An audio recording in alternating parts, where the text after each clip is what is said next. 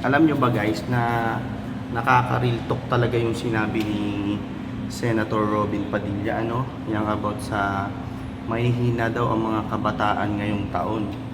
Hindi ko naman masasabi na may kakampihan ko si Senator Robin Padilla kasi parehas naman may punto eh.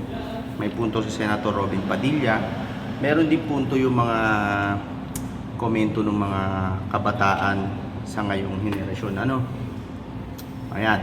So, ang tanong dyan, sino ba ang talagang totoong may sala o may kasalanan talaga kung bakit nagkakaroon ng ganitong problema ngayon ang mga kabataan ngayon? Ano guys? So, kayo na lang ang magsasabing, mag-comment na lang kayo kung sino ba talaga ang nagsasabi ng totoo o sino ba talaga ang may punto sa sinasabi niya ni Senator Robin Padilla.